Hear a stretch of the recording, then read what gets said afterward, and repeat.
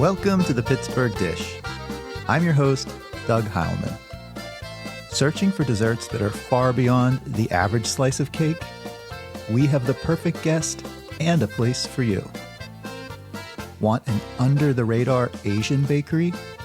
The Hungry Huffs introduce us to a spot.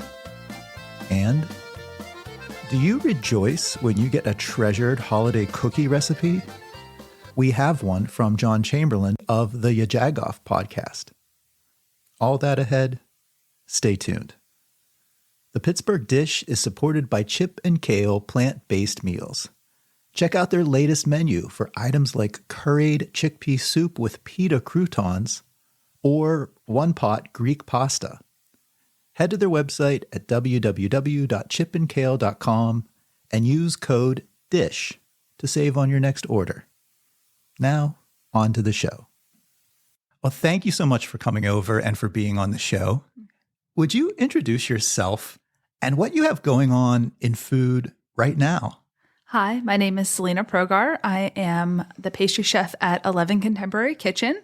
I also make all the bonbons at Umi, and I have 2 rotating seasonal desserts at Kaya. Oh my goodness.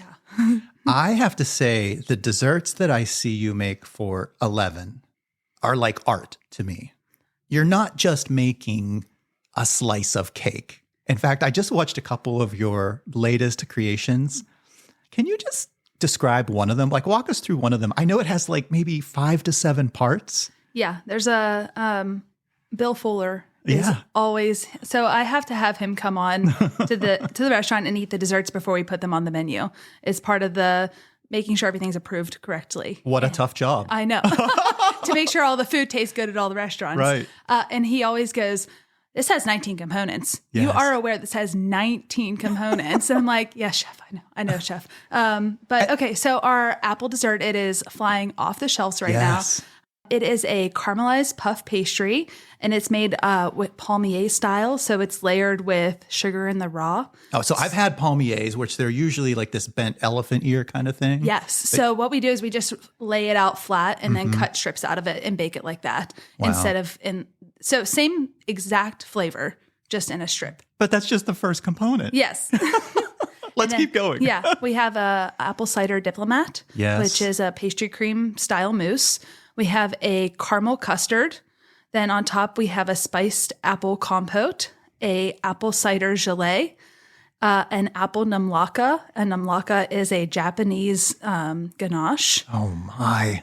Feuilletine crumbs, a sour apple chantilly, a dulce chocolate twist made by Valrhona, gold leaf, and a pumpkin spiced wheel. Selina, did you come up with this yourself? Yes. Okay. So we'll have to talk about this because this is the reason I want to go to restaurants, because I will never make what you are creating at home. So thank you. Thank you. Welcome. I love when I go to a restaurant and I have a dish that's never going to be something I make in my own kitchen. And I think that is where you grab me. And I didn't really know you until we sat down today, but I've seen you doing this pastry artistry on KDKA. Yeah. When did that start? I was on Talk Pittsburgh probably in the first month that it was a thing. Yeah, since it aired. Yeah. You've been a regular. I have been a regular. So it's getting on at least a year? I would say six or 7 times I've been on. Yeah. So I'm not on there as much as maybe Aleka Sweeney. Okay. But I would say that every 2 months I'll get on there. Yeah. Yeah, it's really nice. It's always just amazing to me. Yeah. And at first I tried to put one of the desserts that we do at 11 on there.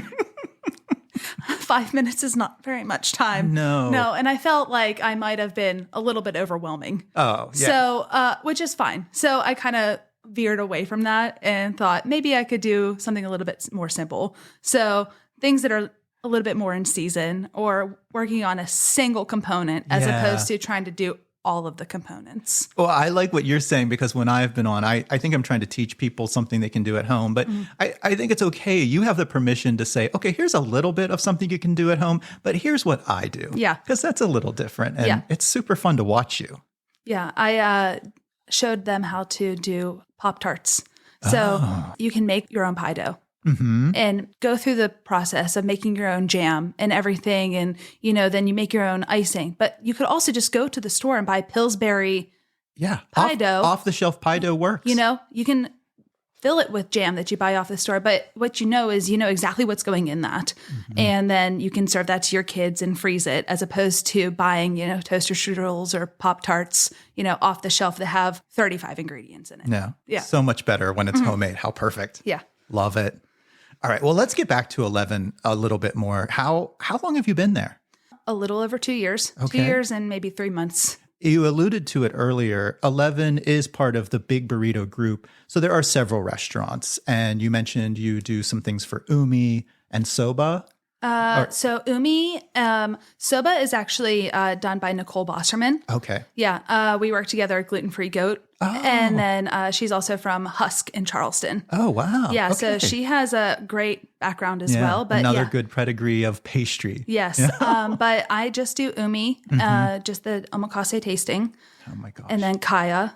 And then obviously 11. Okay. Yeah. And if anyone's wondering, a couple of the other restaurants in that group are all of the Mad Mexes, the Alta Via Concept, and AVP. I'm probably missing one. Casbah. That's right. Yeah. Over in Shadyside. Yes. Yeah. Also good. So good. Yeah. I mean, I don't know how they do it. It is one of the first premier restaurant groups that I remember when I moved back to Pittsburgh from college. I think a lot of those restaurants were brand new in the 90s, and I've just kind of always lived with them. And it's sort of like the precedent for a lot of other restaurants to follow. But you have these fine dining restaurants that also have been around for 20 years. That's right. It's not just a small stint, and it's not just a quick concept, 5 years, 6 years, but these have been around for 20. I think 11's been around for 22 or 3 years or something like that. It's incredible. Great. It's amazing. And consistent. Consistent and good. And, the service, the food, the pastries, all of it. It's a science. Yeah. Yeah. Wow. So I want to talk a little bit about you in this amazing machine of the Big Burrito Group and 11. You said earlier that you created this dessert. Can you just describe what you start thinking about when you're creating something new for the menu? Like where does your mind go, or where does the inspiration come from? So I think the first thing that I always think about is seasonal. Okay. So seasonal is always the easiest for me because you can say fall, you can put an apple and a pumpkin dessert on the menu. Oh, yeah. Winter, citrus. Spring, you can do, it's a little bit trickier because not really too many things are in season, but you can go for a lot of bright colors. That's right. And then summer, you have everything available to you. So I always start with if seasonal is available, and I'll go from there. And then I think to myself, okay, what haven't I done? Okay. And I just go through the catalog of all the desserts that I've already done. And I think to myself, okay, well, we can't do that. So let's come up with something different. Let's try to not repeat anything that we've done in the past.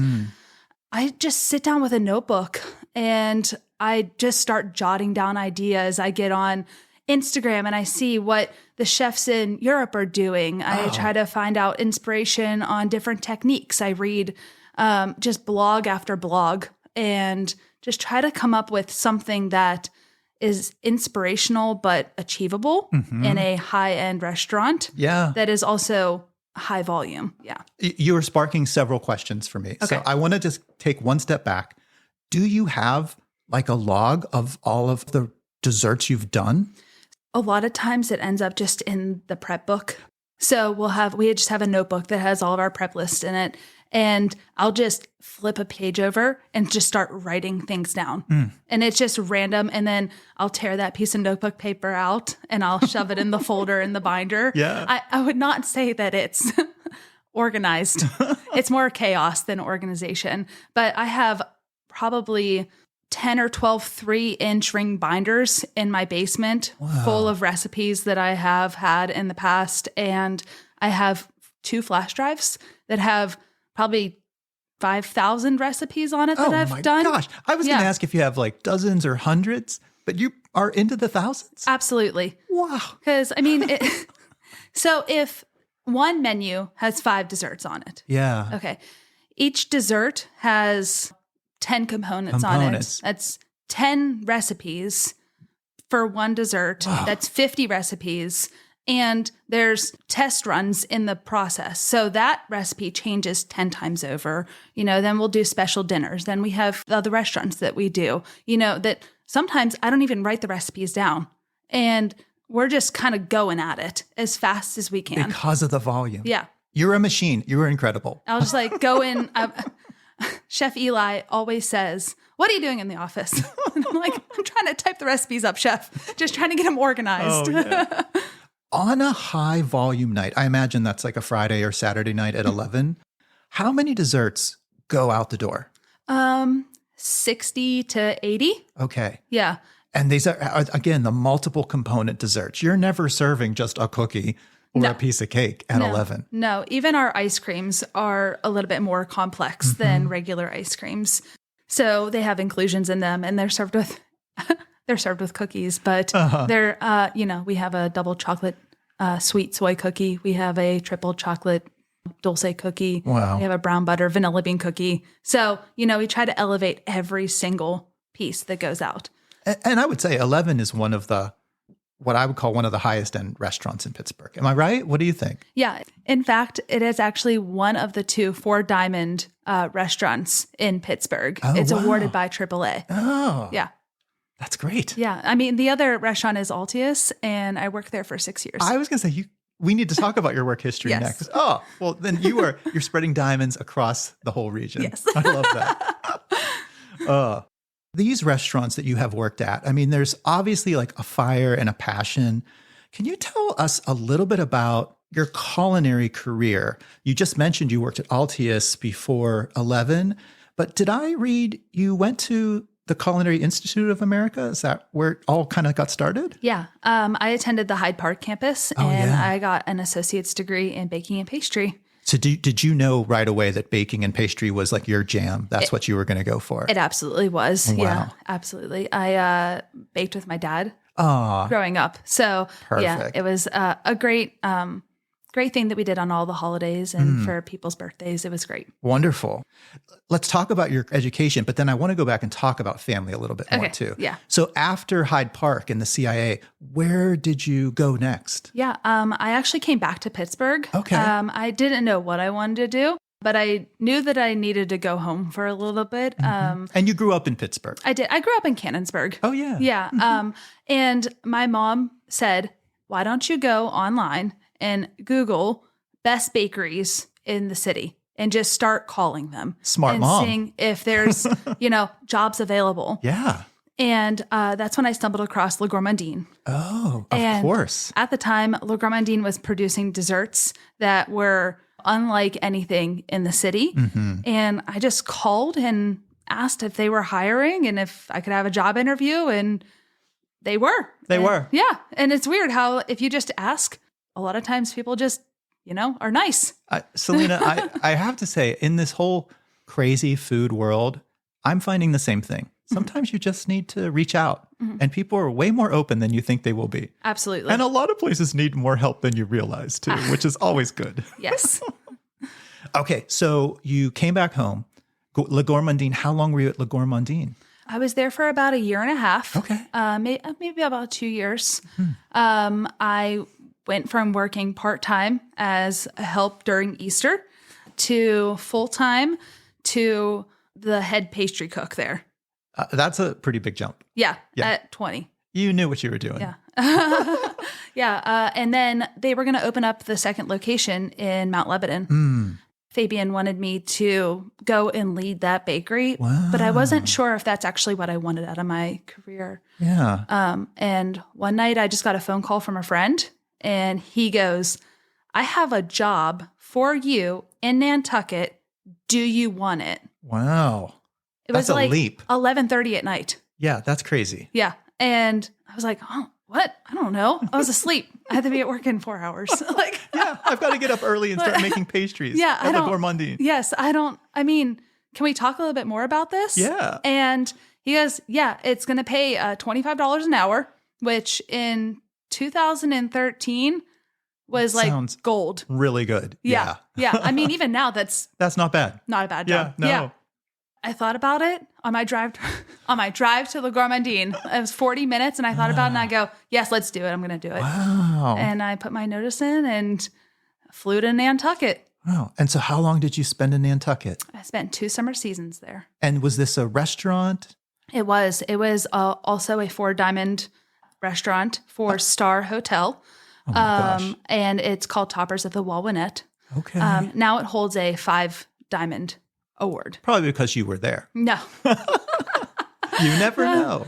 You never know. No, Gino is the pastry chef there, and he is amazing. He's one of my role models. Yeah. Do you still stay connected to folks like that? Yeah. Mm-hmm. Yeah. I have 2 really good friends there. We actually just went up to Nantucket last summer to visit everybody. Oh, it was amazing. Great. Yeah. Oh, that's so good. Yeah. And it probably keeps you kind of motivated and inspired to just have those people in your life, right? Yeah. But it was my first restaurant job because I had just worked in that bakery, and I was 22.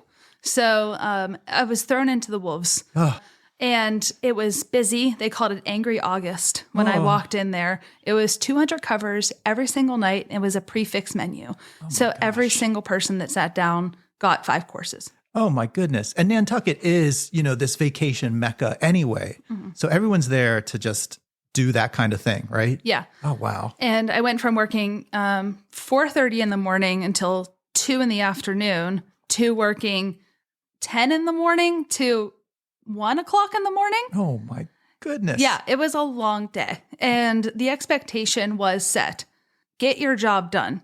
Oh. And whatever it means for you to do that, that's what you have to do.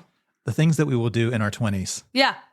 For $25 an hour. I know. Yeah. I was like, this is gold. This is awesome. Yeah. I mean, but it really made me have an outstanding work ethic. Yeah.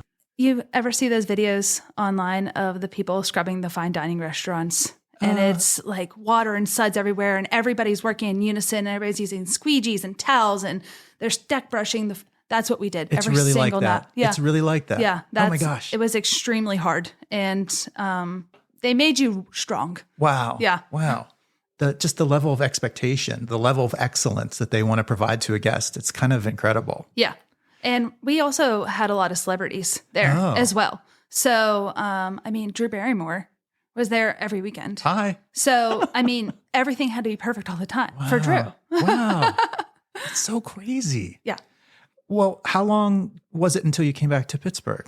So after that first summer season, I moved to Utah. Oh, wow. Yeah, where I worked at another 5-diamond restaurant in Deer Valley as the assistant pastry chef. And then I moved back to Nantucket for the second summer season. Whoa. I drove cross country both times. Whoa. Yes. And was this whole multi-diamond restaurant situation appealing to you? Or did you when you were going to Utah, you're like, I'm getting myself into the same kind of thing I'm doing in Nantucket? Oh, I loved it. You did? It was a high. You thrived on it. I wanted it. Wow. I couldn't get enough of it. Oh, wow. And I've been skiing my entire life. Okay. And I thought to myself, what's better than this? Now I get an opportunity to ski out west. Absolutely. Because I've been skiing on the hills at Seven Springs. I wanted to go ski on real mountains. Yeah. Yeah. So my job came with a ski pass. Oh, wow. Yeah. Okay. Yeah, for sure. Absolutely. Whoa. Yeah. So we went from Nantucket to Utah, back to Nantucket. Mm-hmm. Anywhere else before coming back home? No, I came home then. I was really tired. Were you 23 at this point? Yeah, I'm tired at 23. I was about to turn 25. Oh, okay. Yes. Yeah. I came back right before I turned 25 and I was just exhausted. It was a lot of working. Yeah. This is Selina Progar and you're listening to The Pittsburgh Dish. Thinking about the desserts you described earlier, was it similar at these other places? Were they heavily composed? Yes. Those chefs are my role models. Wow. Yeah.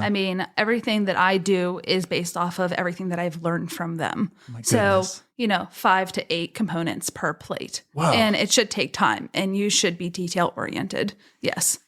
I just want to take a sidestep here. So for these desserts that you're making even today on the regular, what time are you getting to 11 now? And are you preparing then one of the 8 things and then another one of the 8 things and portioning it out? Is that how it goes? So 3 days a week, I start at 11 o'clock in the morning. Okay. And I work until about 10.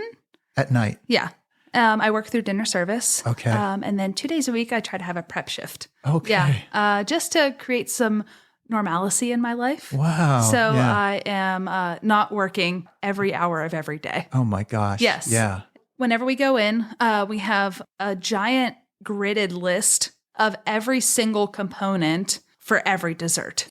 In the morning, after our prep shifts, we fill out one half of the count sheet. And then after dinner service is done, we fill out the second half of the count sheet. So then all you have to do is look at the chart. It's a puzzle. It's a puzzle. The chart for 11, the chart for Kaya, the chart for any catering events, the chart for Umi. Wow. And then make a list. Honestly, it just is whatever seems like the most time consuming, you're going to do that before service starts. Got you. Okay. Yeah. So whether that's chocolate work, so that could be any chocolate deco, that could be our birthday plaques, that could be any kind of like spraying. So we spray with a paint gun, like some of our desserts. Edible cocoa butter. Yeah. Yeah. So that way it has like kind of a velvety texture sheen. to it. Oh my Exactly. gosh. Anything that's dipping. So like anything that is a lot of walking in and out of the freezer. Yeah. So that way you have that accessibility without having to be like carrying sheet trays through the dining room, because you actually have to walk through the dining room to get to the pastry kitchen. In 11. Yeah. Yeah. I just wanted to ask, how many other folks are working with you? I don't know the hierarchy. Are you the lead pastry chef? Do you have a team? Are you it? No, I'm definitely not it. Okay. Yeah. Yes, I'm the pastry chef at 11. And then I have Scott Morgan, who has been working with me for 7 or 8 years. Okay.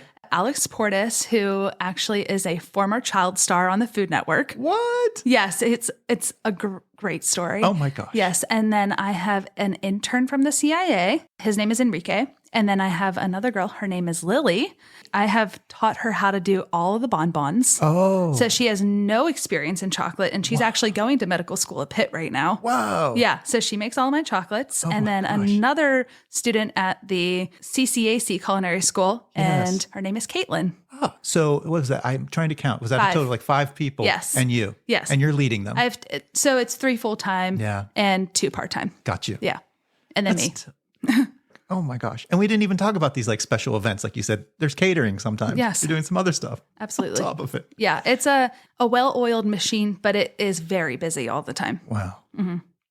You mentioned earlier when you went to the CIA, you really did so because you liked baking with your dad.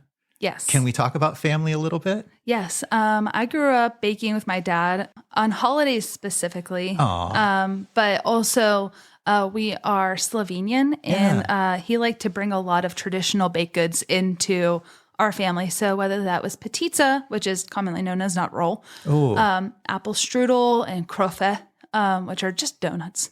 Yeah. I'll take it all. Yes. Yes. So we learned how to do that at a really young age. We also would go to Restaurant Depot. Yeah. And before, who knows how he got his card. But we would go down into Pittsburgh and buy like giant blocks of chocolate and melt that down and temper that and make like chocolate molds out of that. And I didn't even know what tempering was at that age.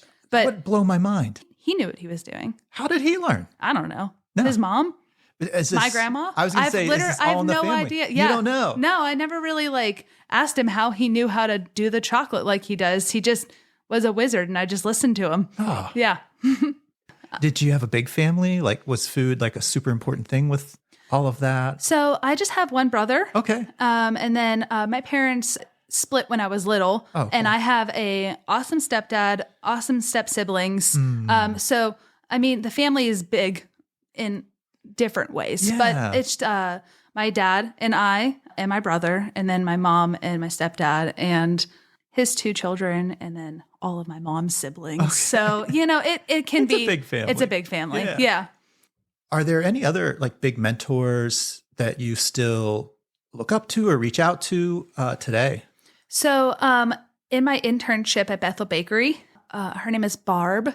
She was one of the cake decorators there. I still reach out to her every now and again and just try to see, like, bounce some ideas off of her. And then Chef Gino from Nantucket. Yeah. Chef Eli, honestly. He's the head chef at 11. Yes. Yeah. He's a great sounding board. Mm-hmm. He definitely will tell me the truth. Yes, which is never a bad thing. No, you need that. Absolutely. I mean, you guys are doing Just crazy, amazing looking work. Yeah. All right. Well, we've talked so much about your work history. We've hit a little bit of family. Selina, I just want to know, as you keep progressing at 11, do you have any goals or things you want to accomplish in the next coming months, years, anything big coming up on the horizon? So I think that the biggest goal of mine is just to keep doing what I'm currently doing. Yeah. I think that Big Burrito is such a great company to work for. I really feel like I hit the jackpot. Oh. Yeah. So I don't really want to change that. Yeah. I guess maybe my biggest goal for this year is making my own desserts for my wedding. Well, I was going to say, I thought I had heard you have a wedding coming up. So maybe that is a big goal, right? Yeah, it is a pretty big goal. Yeah. And I'm going to create all the desserts for that wedding. And there's not going to be a wedding cake and there isn't going to be a cookie table. Oh my gosh. You're doing this yourself? I am. Whoa. Yeah. Can we maybe talk a little bit about your fiance? And in fact, could we include him? Absolutely. All right. Hello there. Hey, Doug. Would you introduce yourself to our listeners? I am Jonathan Homer. I am the executive chef of Blue Sky. And Blue I am Sky Selina's Kitchen. fiance. Yes. My proudest thing. I love that we have this culinary romantic connection going on. I've seen it on Pittsburgh Today Live or Talk Pittsburgh. They had you guys on at we were Valentine's Day, right? Valentine's Day on Pittsburgh Today Live. And as I'm sitting here, I just see now Selina has raised her hand and I see her engagement ring, which looks very, very sharp. Nice job, Homer. Thank you, sir. How did you two meet? He tells the story so much better than I tell the story, and don't leave anything out. Oh, okay. I lived in St. Louis. I'll keep it a little short here. And I was coming back from St. Louis, and my dad told me to call the best restaurants, as her mom told her, call the best restaurants. And he called Altius, where she was the pastry chef at. Mm-hmm. I walk in the door. I get the chef at Altius, Jess. She was amazing. She told me to come in for a meeting. I walk in the door, and there's Selina. And I said, hey, is chef here? I'm dressed to the T. Selina's dressed in her chef clothes, just sweating her butt off, doing chocolate work, making the magic. First time I got to see it. And she said, yeah, she's just like, kind of angry. It's an angry Monday type of thing. She walks down these stairs, and I was like, am I following you? And she just turns to me and goes, wait here. I would just like to say that it was July, and it was hot. 100 degrees in that kitchen. Oh, my goodness. It wasn't good. And immediately I was like, I'm going to marry that girl. You did. That's the best story ever. So I staged at Altius, and I hung out with all of her and her friends that night. And I absolutely fell in love with her and Wow. worked there. And the rest, as you would say, is on her hand. Love at first sight. Was it the same for you, Selina? So right off the bat, obviously, I was in some kind of pastry rage. But that night, I remember being so smitten by him and just asking our friend Abby, what do you think his deal is? Yeah. I want to hang out with him. I want to get his phone number. Oh. But at the time, we weren't allowed to date each other because I was a manager. I see. You were both at the same restaurant, Altius on Mount Washington, Yes. which is amazing, Yes, by the way. absolutely. The food is outstanding. Yeah. Yeah. The company was, I stayed there for 6 years. I wouldn't have been there if it wasn't awesome. And he chose to leave so we could date each other. Oh, Yes. I love that story. Best decision ever. Thank you guys both for sharing that. Yeah. And so back to my question to you, Selina. Making all of your own high-end desserts for your own wedding, Yes. that's a big goal. I know. I hope you enjoy your wedding day. So I'm going to hire, we're going to hire a Big Burrito catering team. Amazing. So I'm going to make everything at the restaurant. Yeah. And then they're going to deliver it. So and it'll all set be everything done. up. Yeah. Yes. Yeah. No, I already have it. I already talked to Danielle. So she's going to be amazing and she's going to set everything up for me. You will not be in pastry rage. No, that day. no. I think I would love to get a picture of me quenelling something in my wedding dress because that would be awesome. That would Yes. be the best. Yes. Well, I want to say once again, thank you both for coming over and Selina for giving your time and telling us your story. If people want to find you and follow you on social media, where can they find you? So they can follow me on Instagram at Pastry Chef Selina. You can look up my Facebook. It's just my name, Selina Progar. It's The same thing that's on Instagram. It's a lot of beautiful pictures of your work. Yes. And of course, where else they should see, not necessarily you, but your creations, is by going to 11. 11, and then Kaya for the hummingbird cake and the glass dessert that we have. Right now it's a pumpkin cake with a pumpkin mousse. Delicious. Yes. And then you can also go to Umi, which is currently on their winter break. And you can try their bonbons. Yes, when they're back from winter break. Yes. All right, Selina. There's always a final sign-off question I ask our guests. You know this. Yes. I think I did hear that you binged a few episodes before this. Maybe. Definitely all of them. All of them? Everyone. That's a super fan. I am a podcast super fan. I'm honored. Yeah. What did you think? They were awesome. Oh, thank you. I love your canter is amazing. Your laugh is contagious. Your voice is perfect. Yes, it is a perfect slice of Pittsburgh. I'm blushing. All right. So I'm going to get back to my question. Selina, what was one of the best dishes you've eaten this past week? Okay. So I couldn't choose. So I'm going to give you two. Okay. I'll take two. All right. It's the elote corn dog at Loaded. Oh, at Loaded. Oh, yes. Remind us, where is Loaded? At the Lawrence Food Hall. That's right. Up in Lawrenceville, the new Lawrence Hall. Yes. It was one of the best corn dogs I think I've ever had in my whole life. It was a panko crusted corn dog, and it had spicy mayonnaise on it and lime and cojita cheese and corn. Oh my goodness. I wanted 10 of them. So this is normally like what you get when you get the elote corn that's covered in those types of things, but they're doing this as a corn dog. Yeah. And they have like 7 corn dogs on their menu.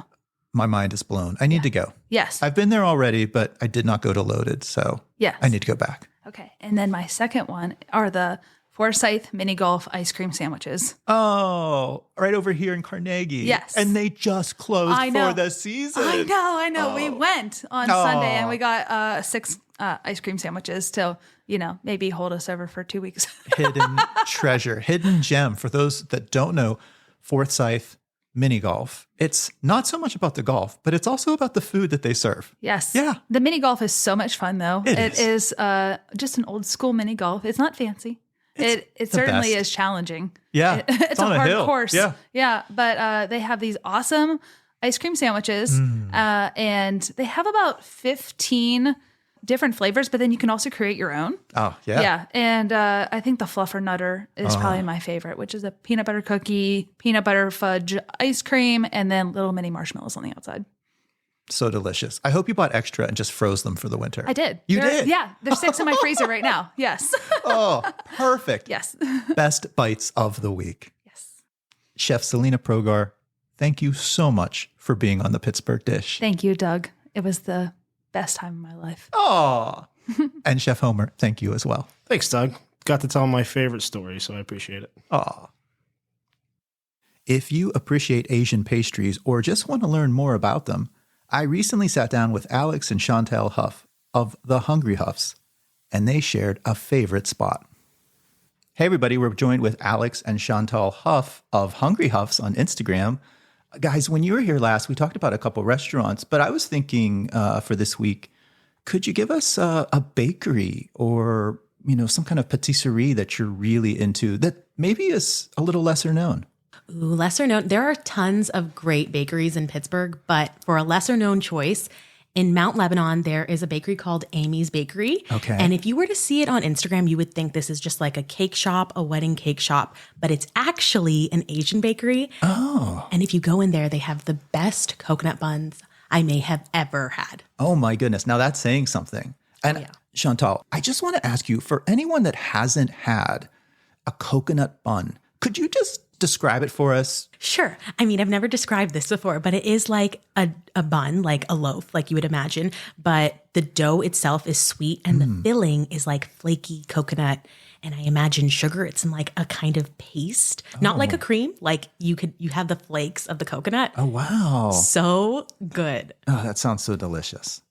I like that it's sort of under the radar in that you don't know until you go. You seriously don't. Like the first time we went in there, we had no idea what to really expect from Amy's Bakery. I think we were just walking down the street in Mount Lebanon. We're like, let's stop in here. And we saw they had bubble tea, they had the coconut buns, they had the taro buns, the mochi crepe cakes. They have everything there, and everything's delicious. Like it's definitely, I think, the most hidden gem of a bakery in the Pittsburgh area. Alex, you've just listed a ton of things that I want to go try.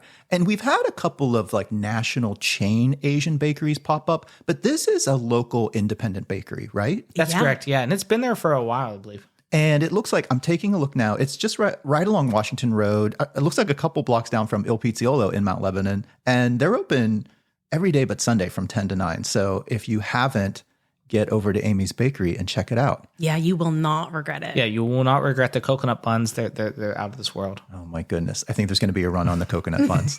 Thank you so much, guys. You can follow Chantal and Alex on Instagram at Hungry Huffs. We're getting into the holiday and baking season, and if you've ever rejoiced when you got your hands on a treasured cookie recipe, well, we have one for you this week. Let's give John Chamberlain of the YaJagoff podcast a call and learn about one of his favorites. Hello. Hey, John, it's Doug.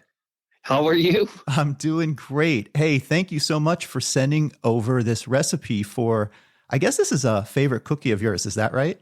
It is indeed a favorite cookie of mine, and it was baked by me by a favorite person of mine. And am I saying this right? This is Mrs. Marie Sersasimo's Italian cookie. Yes. All right. Yes, you have it exactly right. And it's funny that, I'm the Irish-German guy, and, I love the Italian cooking. And so I come through Rachel's family and through other family members throughout my life. And none of the Italians that I know actually know the name of this cookie. But so I just basically call it the Mrs. C's Italian spice cookie, chocolate Italian spice cookie. Oh, well, you kind of answered my next question. If you could describe it a little bit for anybody that hasn't seen the recipe card yet. So it's a chocolate spice cookie? I call it a chocolate drop cookie. So my mom used to make chocolate cookies where you had a batter, you spoon it up, you put it in like teaspoon and mounds on the tray, and then you bake those, and there's nuts in there. And then when they come out, they cool. You put like a powdered sugar and milk butter kind of icing on it, just light glaze. So that's kind of how you describe it to your listeners. But in it there's allspice, there's cinnamon, there's all these other type spices that make it just a little bit different than a chocolate cookie. Oh, it really is like a spice cookie and a chocolate cookie mashup. I don't know if I've ever had something like this. That's kind of exciting. To be honest with you, when she first gave them to me for Christmas, she would make them for me every Christmas and every birthday. Aww. And I thought, I love these things. And she said, you better love them because the task of making them is so crazy. It's hard. And so when she started to get older, then her daughter, Linda, started to make them for me. And then it got down to, okay, just Christmas, because we're only doing this one time a year. Aww. And then I started saying, okay, I'm going to start making the cookies. And that's when the swear words started to come out in my kitchen. Because I knew at that point how much love went into these cookies because of the task that these cookies take to bake. And Rachel has actually been there a couple of times when I made them. And it literally is an all-day affair for me. And it is messing up every bowl, every measuring cup in your kitchen, every spatula. But that's how I know they're sort of they were made with love by Mrs. Sersasimo. And they're worth it. Yeah, no question. And John, just to take a step back, what's the story with you and Mrs. Sersasimo? Did you say this was a friend or a neighbor? How did you know each other? Sure. So I came to know Mrs. Sersasimo through her daughter, Linda. We went to EMT class together. We knew a large circle of friends that were in EMS and paramedics and EMTs, and Linda became a nurse. And Mrs. C was sort of that mom that was everybody's mom, but only Linda's mom. You know what I mean? Right, of course. Every time we show up, say, hey, it's Mama C. What are you doing today? And always have to go give her a hug. And I didn't grow up being a hugger or a kisser, that kind of thing. But man, once you get in that Italian family, you know, like if you don't hug and kiss respectfly, you're out. And Right. You're not getting any more cookies. Exactly. so they just became longtime friends and really just very, very close and dear friends. And Mrs. Sersosimo was this little Italian lady, was young at heart and, lived on Pepsi and chocolate and, and lived a great life and had a great family. Her husband used to own a deli type thing down behind Mancini's Bread, and they made Sersosimo's Italian sausage until they didn't have it, like a butcher shop. But anyways, came to know them over the years and kind of was accepted into the family, thankfully, so that I could get chocolate cookies and meatballs and red sauce and pasta. Well, I'm going to say this, John. You definitely were accepted in, because there's a lot of Italian families that will never give up an actual recipe, and you got this one. So we can see that there's love there. What a special connection. It was very special. And the best part was when she made fun of me the first time I made these cookies. The batter gets really thick. It gets really hard, and I was trying to mix it. And I did, no lie, I broke 3 wooden spoons and I burned up a hand mixer. And when I called the teller, I said, am I doing something wrong? Because my hand mixer motor just blew up. She said, what's wrong with you? Don't you have any strength, any muscles in your arms? You're not supposed to use a mixer. You're supposed to use a spatula. So she would make fun of me, the fact that she was stronger than I am, the way she mixed the cookies. Well, I bet she was definitely in the kitchen. No doubt. No doubt. So you make these at Christmas. We could really make them any time of year, but what a special story around this cookie. A chocolate spice cookie from a beloved Italian family, Mrs. Marie Sersosimo. Yes. John, thank you so much for sharing this recipe. And I do understand folks can check out a video you made of this on your pod, the YaJagoff podcast, over on YouTube, and we'll leave a copy of the recipe up on our blog as well. I appreciate it. And the video does not include the swear words. Oh, that's good. John Chamberlain, thank you so much for being on the Pittsburgh Dish. Thank you, Doug. I much appreciate it. Have a good day. You too. Bye-bye. Bye. You can find more from John Chamberlain and his partner in crime, Rachel Rennebeck, at their website, www.yajagoff.com, or on Instagram at YaJagoff. That's our show for this week. We'd like to thank all of our guests and contributors, and to Kevin Selecki of Carnegie Accordion Company for providing the music to our show. We'll be back again next week with another fresh episode. Stay tuned.